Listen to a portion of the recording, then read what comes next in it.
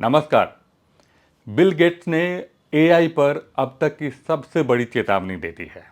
Microsoft के को founder ने कहा है कि आने वाले समय में आर्टिफिशियल इंटेलिजेंस बेहिसाब तादाद में लोगों की नौकरियां खत्म कर सकता है। उनकी चिंता सिर्फ यहीं तक सीमित नहीं है। बिल गेट्स को डर है कि भविष्य में एडवांस्ड एआई का इस्तेमाल पूरी दुनिया को खतरे में डाल सकता है। आर्टिफिशियल इंटेलिजेंस के जरिए बायोलॉजिकल वेपन्स तक बनाए जा सकते हैं जो इंसानी ज़िंदगी के लिए बेहद खतरनाक साबित हो सकते हैं। एआई के भविष्य पर इस वक्त पूरी दुनिया में बहस जारी है, लेकिन बिल गेट्स ने जो चेतावनी दी है उसे बिल्कुल नज़रअंदाज नहीं किया जा सकता। टेक्नोलॉजी के सबसे बड़े समर्थकों में रहे बिल गेट्स ने पिछले हफ्ते न्यूयॉर्क टाइम्स को दिए गए 1 घंटे लंबे इंटरव्यू में एक साथ कई चौंकाने वाले खुलासे किए। उनकी चिंता इतनी गहरी है कि इंटरव्यू के बाद अपनी वेबसाइट पर एक लंबा लेख लिखकर उन्होंने एक एक बात को ठीक से समझाने की कोशिश की है। गेट्स ने कहा है कि एआई इतनी तेज़ी से आगे बढ़ रहा है कि वो उनकी उम्मीदों से भी आगे निकल चुका है। उनके मुताबिक एआई को समझने वाले कुछ लोग प्राइवेटली इसके खतरे को लेकर बहुत चिंतित हैं, लेकिन पब्लिकली बोलने से बचते हैं क्योंकि इस समय एआई में इतना पैसा लगाया जा रहा है कि इसके खिलाफ होना या इसके खतरों पर ज़्यादा जोर देना कारोबार के लिए नुकसानदेह साबित हो सकता है। दुनिया की बड़ी टेक्नोलॉजी कंपनियां एआई इंफ्रास्ट्रक्चर पर अरबों खरबों डॉलर खर्च कर रही हैं, लेकिन बिल गेट्स का कहना है कि एआई के जोखिमों से निपटना दुनिया की सबसे बड़ी प्राथमिकताओं में होना चाहिए। उनका सवाल है कि क्या मुनाफे की रेस में हम एआई के खतरों को भूल रहे हैं।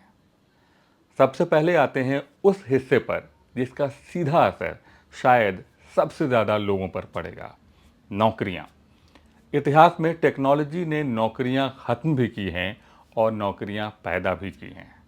कंप्यूटर्स आए, कई तरह के पुराने काम बदले, इंटरनेट आया, काम करने का तरीका बदल गया। लेकिन गेट्स का कहना है कि एआई को लेकर वो इस पुराने पैटर्न पर भरोसा नहीं करते। क्यों? क्योंकि इस बार एआई सिर्फ मशीनों का काम नहीं कर रहा, इसकी दखल उन कामों में भी हो रही है जिन्हें हम परंपरागत तौर पर ह्यूमन इंटेलिजेंस से जोड़ते रहे हैं। Coding, research, writing, analysis, customer service, ऐसे बहुत से काम हैं जहां एआई तेज़ी से सक्षम होता जा रहा है। और गेट्स के मुताबिक असली समस्या ये है कि अगर एक साथ कई इंडस्ट्रीज में जॉब्स कम होने लगे तो दूसरी इंडस्ट्रीज इतनी बड़ी तादाद में लोगों को एब्जॉर्व कैसे करेगी। यानी सवाल सिर्फ ये नहीं है कि एआई कितनी जॉब्स खत्म करेगा, सवाल ये है जो लोग अपनी जॉब्स खो देंगे उनके लिए अगला रास्ता क्या होगा। गेट्स का मानना है कि कंपनियों को दोष देना आसान है, लेकिन पूरी तस्वीर इतनी आसान नहीं है। कंपनियां वही कर रही हैं जिसके लिए मार्केट उन्हें रिवॉर्ड करता है। अगर कोई कंपनी एआई की मदद से कम लोगों में ज़्यादा काम कर सकती है तो ऐसा करना उसके लिए आर्थिक तौर पर फ़ायदेमंद है। लेकिन जो चीज़ कंपनी के लिए अच्छी है ज़रूरी नहीं कि पूरी सोसाइटी के लिए भी अच्छी हो। इसलिए गेट्स ने एक अलग तरह का सुझाव दिया है एआई पर टैक्स लगाने का। उन्होंने इसे टोकन टैक्स का नाम दिया है। एआई सिस्टम जितनी कंप्यूटिंग इस्तेमाल करते हैं उस पर टैक्स लगाया जाए और उससे मिलने वाले पैसे का इस्तेमाल उन लोगों की मदद के लिए किया जाए जिनकी जॉब्स एआई की वजह से प्रभावित हो रही हैं। यानी वे कहते हैं कि एआई को रोकना नहीं है, लेकिन उसके सोशल कॉस्ट की कीमत कौन चुकाएगा, इसका जवाब ज़रूर ढूंढना होगा। इसके अलावा गेट्स ने यह भी सुझाव दिया कि कुछ नौकरियों को एआई से रिप्लेस नहीं किया जाना चाहिए। उन्होंने इसे ह्यूमन रिजर्व्ड कहा है। मतलब ऐसे काम जहां इंसानी मौजूदगी बेहद ज़रूरी है, जैसे केयर गिविंग यानी देखभाल या सेवा का काम, या ऐसे काम जहां एआई के आने के बाद उस वर्कर के लिए नया रोजगार ढूंढना मुश्किल हो सकता है। लेकिन गेट्स की सबसे बड़ी चिंता शायद नौकरियां नहीं है। उनकी सबसे गंभीर चिंता है एआई का खतरनाक इस्तेमाल। गेट्स ने बायोलॉजिकल वेपन्स का उदाहरण दिया है। उन्हें डर है कि फ्यूचर में एडवांस्ड एआई ऐसे लोगों की मदद कर सकता है जिनके पास खतरनाक पैथोजन या नए बायोलॉजिकल थ्रेट्स तैयार करने की ज़रूरी जानकारी पहले से नहीं थी। और अगर ऐसी टेक्नोलॉजी गलत हाथों में पहुंचती है तो इसका असर किसी एक कंपनी या किसी एक देश तक सीमित नहीं रहेगा। एक पैंडेमिक जैसी स्थिति पैदा हो सकती है। इसलिए गेट्स अंतर्राष्ट्रीय समझौतों और मैंडेटरी सेफ्टी रिव्यूज़ की मांग कर रहे हैं। उनका कहना है कि ऐसे एआई सिस्टम्स जिन्हें बायोलॉजिकल थ्रेट्स बनाने के लिए इस्तेमाल किया जा सकता है, उनकी अनिवार्य जांच होनी चाहिए और सिर्फ कंपनियों के स्वैच्छिक भरोसों पर निर्भर नहीं करना चाहिए। यहाँ गेट्स की अपनी कहानी काफ़ी महत्वपूर्ण हो जाती है। उन्होंने कहा कि टेक्नोलॉजी ने उन्हें अपने जीवन में सिर्फ कुछ मौक़ों पर ही चौंकाया है। पहली बार 1980 में जब उन्होंने ग्राफिकल यूज़र इंटरफेस देखा था, फिर 2002 में जब ओपन एआई के लोगों ने उन्हें वो टेक्नोलॉजी दिखाई जो आगे चलकर चैट जीपीटी बनी, और इस साल जब उन्होंने एंथ्रोपिक के AI coding tool Claude code की क्षमता को करीब से देखा, वे बेहद चौंक चुके थे। कोडिंग वो फील्ड है जिसे गेट्स खुद बहुत अच्छी तरह जानते हैं। उन्होंने कहा कि एआई को खुद से बेहतर कोडिंग करते देखकर उन्हें सचमुच बड़ा झटका लगा।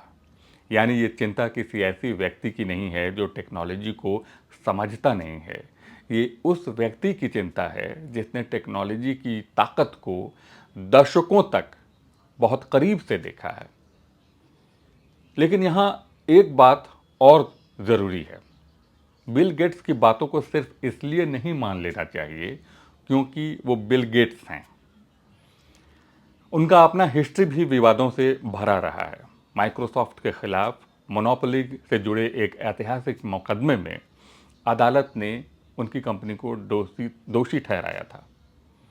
गेट्स जानते हैं कि उनकी दौलत और माइक्रोसॉफ्ट का इतिहास उनकी बातों को पूरी तरह निष्पक्ष नज़रिए से देखना मुश्किल बना सकता है।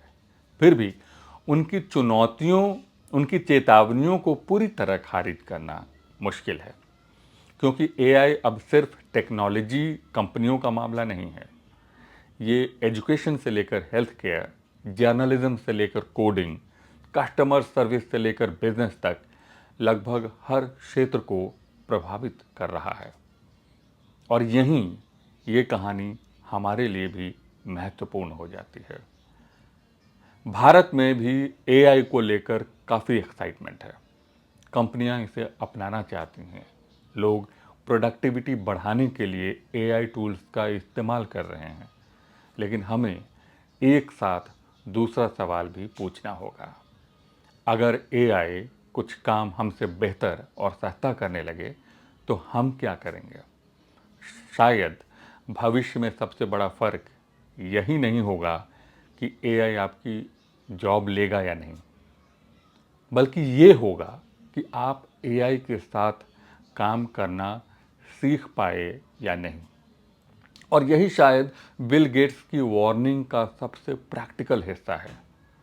एआई को रोकने की बात वो नहीं कर रहे हैं। वो कह रहे हैं कि टेक्नोलॉजी की स्पीड और सोसाइटी की तैयारी के बीच बहुत बड़ा फ़र्क नहीं होना चाहिए, क्योंकि अगर एआई बहुत तेज़ी से आगे बढ़ा और उसके जोखिम से निपटने की हमारी तैयारी उतनी तेज़ी से नहीं हो पाई तो समस्या टेक्नोलॉजी नहीं होगी, समस्या ये होगी कि टेक्नोलॉजी के आने के लिए हम तैयार नहीं थे।